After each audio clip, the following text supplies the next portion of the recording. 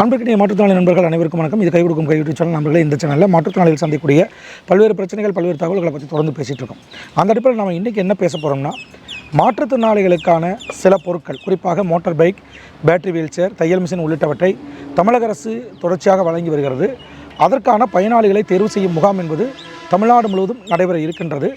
அந்த முகாம் பற்றியும் இந்த முகாமில் பங்கேற்க மாற்றுத்திறனாளிகள் என்ன செய்ய வேண்டும் என்பதை பற்றி தான் இன்றைக்கி விரிவாக பேச போகிறோம். வாங்க வீடியோக்குள்ள போகலாம். கை கொடுக்கும் கை. மாற்றுத்திறனாளிகளின் நலனுக்காக குரல் கொடுப்போம். இணைந்திருங்கள் எம்முடன். நன்றி. நண்பர்களே, தமிழ்நாடு முழுவதும் உள்ள மாற்றுத்திறனாளிகளுக்கு மாற்றுத்திறனாளிகள் நலத்துறையின் மூலமாக 70க்கும் மேற்பட்ட நலத்திட்ட உதவிகள் வழங்கப்பட்டு வருகிறது. இப்படிப்பட்ட சூழ்நிலையில் மாற்றுத்திறனாளிகளுக்கு ஊன்றுகோல், வீல் சேர், காதொலி கருவி உள்ளிட்ட பல பொருட்கள் எவ்வித நேர்காணலுமின்றி மனு கொடுத்தாலே கொடுக்கக்கூடிய சூழ்நிலை என்பது இருக்கிறது.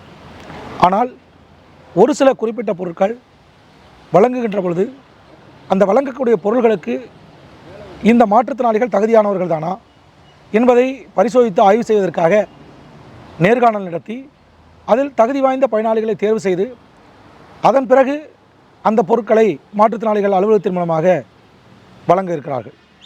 இப்படிப்பட்ட சூழ்நிலையில் தான் motor bike, battery wheelchair, தையல் மிஷின், மனவளர்ச்சி குன்றிய தசைச்சிதை நோயால் பாதிக்கப்பட்ட மாற்றுத்திறனாளிகளுடைய பெற்றோர்களுக்கான தையல் மிஷின், அதே போல் பாதுகாவலர் உதவித்தொகை உள்ளிட்டவற்றிற்கு தமிழ்நாடு முழுவதும் நேர்காணல்கள் நடைபெற திட்டமிடப்பட்டிருக்கிறது. சில மாவட்டங்களில் முன்கூட்டியே இந்த நேர்காணல்களானது நடத்த தயாராகிவிட்டார்கள்.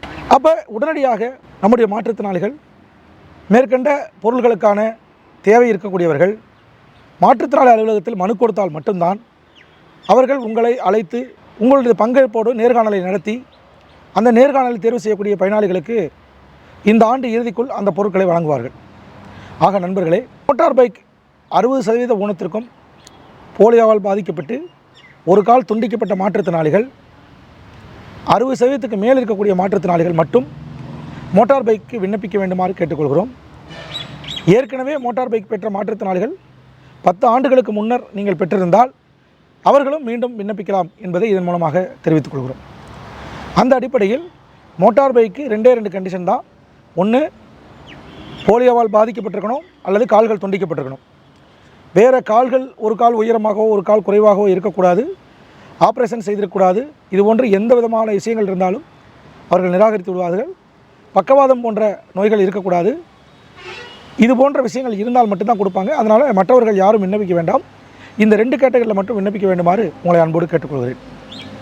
அதே போல் தையல் மிஷினை பொறுத்தளவுக்கு கடந்த காலங்களில் கைகள் பாதிக்கப்பட்ட மாற்றுத்திறனாளிகளுக்கு தையல் மிஷின் கொடுக்காமல் இருந்தாங்க. இருந்தாலும் கூட இப்பொழுது நம்முடைய ஒரு கை பாதிக்கப்பட்டு ஒரு கை துண்டிக்கப்பட்ட மாற்றுத்திறனாளிகள் கூட பலர் நல்ல முறையில் தையல் தொழில் செய்து பிழைப்பு நடத்தி அருமையாக தைப்பதால் அவர்களுக்கும் தையல் மிஷின் வழங்க வேண்டும் என்று கோரிக்கை வைத்ததன் அடிப்படையில் 18 வயதிலிருந்து, ஏற்கனவே நான் சொல்லப்பட்ட மோட்டார் பைக்குக்கு 18 வயதிலிருந்து 60 வயது வரை உள்ளவர்கள் மட்டுமே விண்ணப்பிக்க வேண்டும். 18 வயதிலிருந்து 60 வயதுக்கு மேற்பட்டவர்கள் விண்ணப்பிக்க வேண்டாம். தையல் மிஷினை பொறுத்த வரைக்கும் அதே நிலைதான். 18 வயதிலிருந்து 60 வயதுக்கு உட்பட்ட ஆண், பெண் இரு மாற்றுத்திறனாளிகளும் யார் வேண்டுமானாலும் விண்ணப்பிக்கலாம். கண்டிப்பாக அவர்களுக்கு தையல் தெரிந்திருக்க வேண்டும். மாற்றுத்திறனாளிக்கான அடையாள அட்டை, Aadhaar card, ration card, UDID card, தையல் தெரிந்ததுக்கான சான்று ஆகியவற்றை இணைத்து மாற்றுத்திறனாளி அலுவலகத்தில் கொடுத்தால் உங்களுக்கு தையல் மிஷின் வழங்குவதற்கான நடவடிக்கை என்பது எடுப்பார்கள்.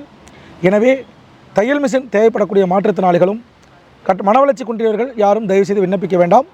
பார்வை மாற்றுத்திறனாளிகளும் தையல் மிஷினுக்காக விண்ணப்பிக்க வேண்டாம்.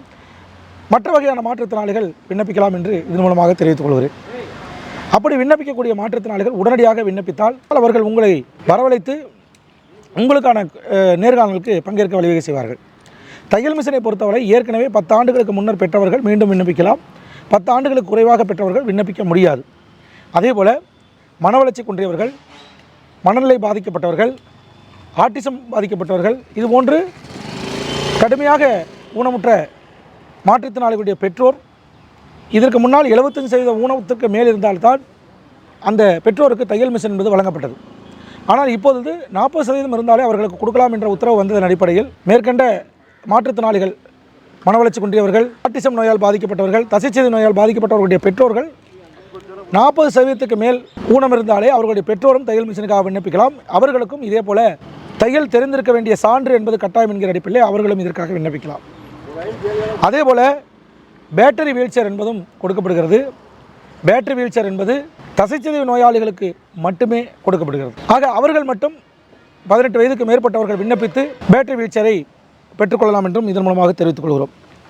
அதே போல் மனவளர்ச்சி குன்றிய மாற்றுத்திறனாளிகளிலே மிக கடுமையாக பாதிக்கப்பட்டு படுத்த படுக்கையாக இருக்கக்கூடிய மாற்றுத்திறனாளிகள் உணவுக்காகவோ கழிப்பறைக்கோ உடைகள் மாற்றவோ இது போன்று எந்த விதமான நடவடிக்கையிலும் எனக்கு தெரியாது, எனது பெற்றோரோ என்னை சார்ந்தவர்களோ தான் இந்த வேலை செய்வார்கள் அப்படின்னு சொல்லி மிக கடுமையாக ஊனமுற்ற மாற்றுத்திறனாளிகளுக்கு ஏற்கனவே மாற்றுத்திறனாளிகள் நலத்துறையின் மூலமாக 2000 ரூபாய் உதவித்தொகை வழங்கப்பட்டு வருகிறது.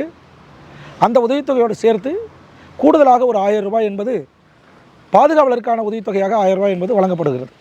ஆக நண்பர்களே, இந்த 3000 ரூபாய் உதவித்தொகையும் அதாவது 2000 ஏற்கனவே பெற்று வருகிறீர்கள், மீண்டும் ஒரு 1000 ரூபாய் பாதுகாவலருக்கென வழங்கப்படுகிறது. அப்போ இதற்கான நேர்காணலும் நடக்க இருக்கிறது. நான் ஏற்கனவே சொன்ன இந்த 5 பொருட்களுக்கான நேர்காணல் தமிழ்நாடு முழுவதும் மிக வேகமாக நடைபெறப் போகிறது. எனவே இந்த பொருள்களை தேவைப்படக்கூடிய மாற்றுத்திறனாளிகள் மட்டும் தயவு செய்து உடனடியாக மாற்றுத்திறனாளி அலுவலகத்தில் விண்ணப்பிக்க வேண்டும். இசேவை மையத்தில் விண்ணப்பிக்க சொல்லி மாற்றுத்திறனாளி அலுவலகத்தில் சொன்னாலும் கூட பல இசேவை மையங்களில் இதற்கான விண்ணப்பங்களை அவர்கள் இணையத்தில் ஏற்றுவதற்கு அவர்களுக்கு தெரியவில்லை. நீங்கள் இசேவை மையத்தில் பாருங்கள், விண்ணப்பிங்க. முடியல அப்படின்னா நேரடியாக மாவட்ட மாற்றுத்திறனாளி அலுவலகத்தில் விண்ணப்பித்து பெற்றுக்கொள்ளலாம் என்பதை தெரிவித்துக் கொள்கிறேன். அவ்வாறு விண்ணப்பிக்கக்கூடிய மாற்றுத்திறனாளிகள் அனைவரையும் வரிசையில் வைத்திருந்து அதற்கான நேர்காணல்கள் நடத்தி இந்த ஆண்டு இறுதிக்குள் கண்டிப்பாக அவர்களுக்கான உபகரணங்களை வழங்குவதற்கான நடவடிக்கையை தமிழக அரசு மேற்கொண்டிருக்கிறது என்பதை இதன் மூலமாக தெரிவித்துக் கொள்கிறேன். நண்பர்களே, மீண்டும் தெரிவிக்கிறேன், கால அவகாசம் மிகவும் குறைவாக இருக்கிறது.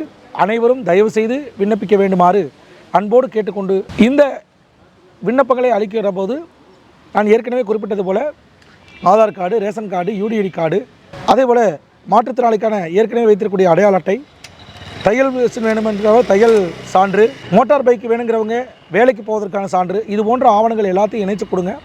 1-2 ஆவணங்கள் குறைவாக இருந்தாலும் பரவாயில்லை, நீங்கள் முதலில் விண்ணப்பியுங்கள். நேர்காணலுக்கு செல்கிற போது அவர்கள் கேட்கின்ற ஆவணங்களை திரும்ப நீங்கள் எடுத்து சென்று நேரில் கொடுத்து விடலாம் என்று சொல்லிக்கொண்டு இந்த காணொலியிலிருந்து விடைபெறுகிறேன். நண்பர்கள், இந்த காணொலி உங்களுக்கு பிடிச்சிருக்க நம்புறேன். இந்த காணொலி பற்றி விமர்சனங்களை கமெண்ட்ஸில் போடுங்க. மறக்காமல் இந்த சேனலை சப்ஸ்கிரைப் பண்ணுங்கள், லைக் பண்ணுங்கள், ஷேர் பண்ணுங்கள். நன்றி, வணக்கம்.